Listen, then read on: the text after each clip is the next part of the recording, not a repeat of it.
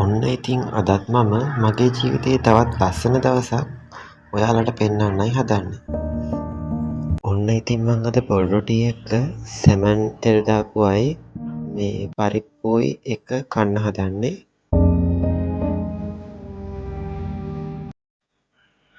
අද මම මිදුලට ගිහිල්ලා පොඩි වැඩ ටිකක් කරන්න තමයි හදන්නේ.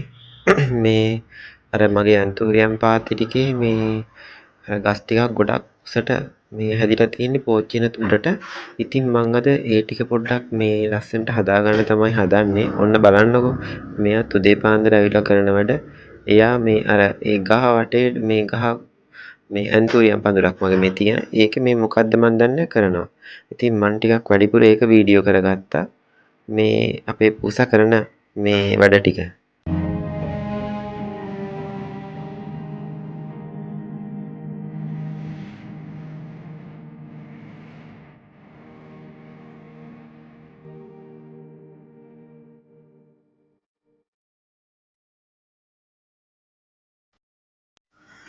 මන් දැන් මේ අර පොඩි ඇන්තූරියම් මේ පැල තියෙන ඒවා හක් කරලා මේ පෝච්චියෙන් ගහ ගලවලා මේ රිට වගේ උස ගිහින් තියෙන ඇන්තූරියම් ගහ පෝච්චියෙන් දැන් ඒක හිමීට මේ පෝච්චියෙන් අහකට ගලවලා ඉවර වෙලා මේ කට් කරගන්න තමයි හදන්නේ. ඉතින් කට් කරගෙන මේ මං ඒක මේ අර හලලා පෝරවරයක් තියලා පස් ටික හලලා ඉවරලා කන්න ලේසි වෙන්න මේ ආපහු මේ පැලේ කට් කරනවා. කට් කරලා ඉවරලා ආපහු මේ පැලේ හදනවා මේ පොල් එළියම දාලා.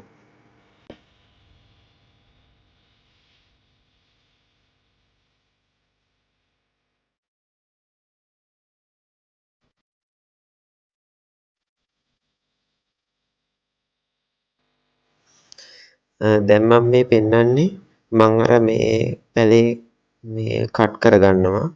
කට් කරලා ඉවරලා තමයි පෝච්චිය හිටවන්නේ. ඒ විදිහට මේ මගේ ඇන්තූරියම් පැල ගොඩක් තියෙනවා. මේ ඒ ඔක්කොම මේ අර උසට දණ්ඩ වගේ ගිය නිසා මේ මං ඒවා මේ ගානට කට් කරලා හිටව ගන්නවා. ඉතින් මේ මං ආයෙ දවසක වීඩියෝ එකකින් ගේන්නම් ඒවට පෝර දාලා මේ හොඳට හැදුනහම තව වීඩියෝ එකකින් අරන් එන්නම්.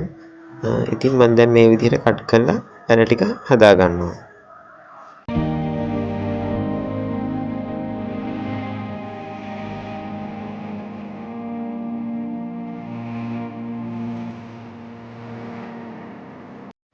මේ ඉතින් මං ගාව තියෙන ඇන්තූරියම් පැල මේ ඒවල් ලස්සනට මල් හැදිලා තියෙනවා.